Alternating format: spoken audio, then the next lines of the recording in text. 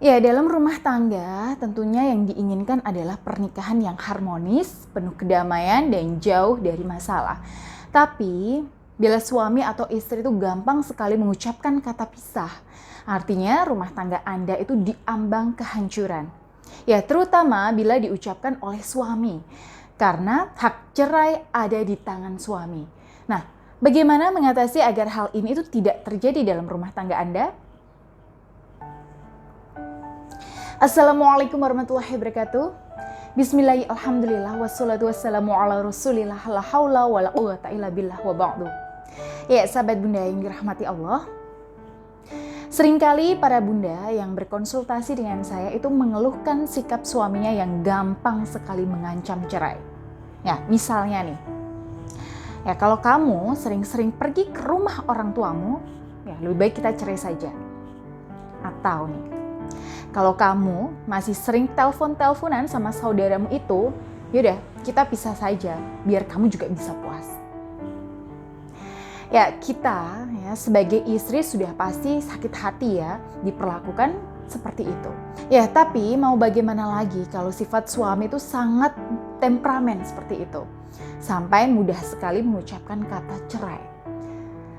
Ya, sahabat Bunda, kalau Anda sering melihat istri-istri yang bilang ke suaminya, udah deh, lebih baik kita pisah aja, aku udah gak kuat lagi. Saat bertengkar dan marah-marah, itu bukan berarti dia itu minta cerai.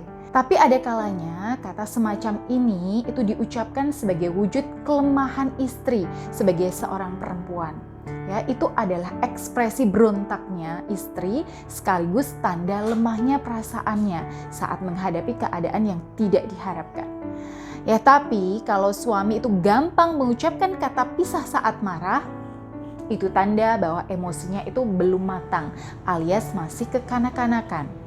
Ya, saya pernah sampaikan sebelumnya ya bahwa kalau Anda kasih sebuah pistol pada anak kecil, dia bisa pakai pistol itu untuk nembak teman bermainnya.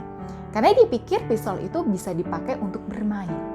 Nah, suami yang gampang sekali mengatakan cerai itu ibaratnya seperti anak kecil tadi. Dia tidak tahu kapan kata-kata pisah, talak, atau cerai itu boleh diucapkan. Ya, jadi istri baru bersikap yang tidak menyenangkan sedikit saja, dia itu langsung pakai kata-kata cerai. Padahal dalam Islam cara mendidik istri itu bukan seperti itu. Nah, itu tadi alasan yang pertama ya.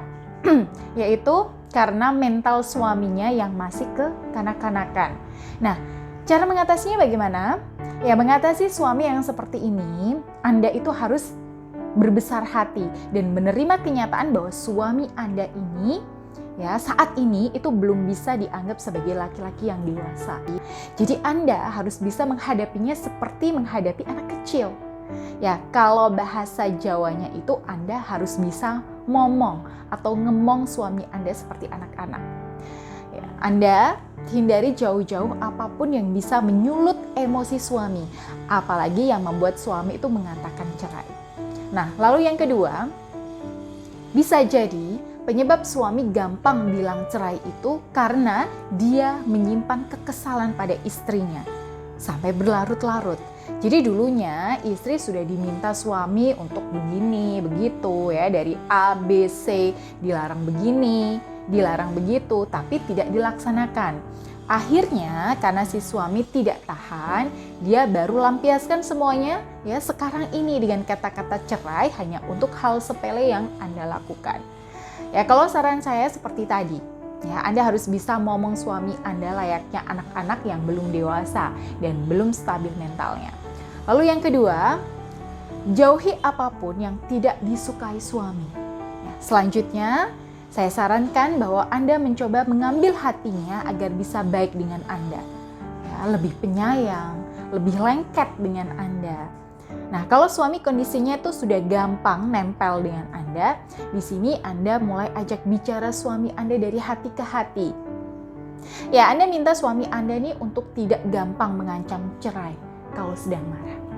Nah, bisa ya, contoh nih, misalnya ya, Mas, maaf ya sebelumnya, dulu kamu kan pernah bilang A, ya bilang B, bilang C. Nah itu waktu kamu marah dan kamu ngancam cerai.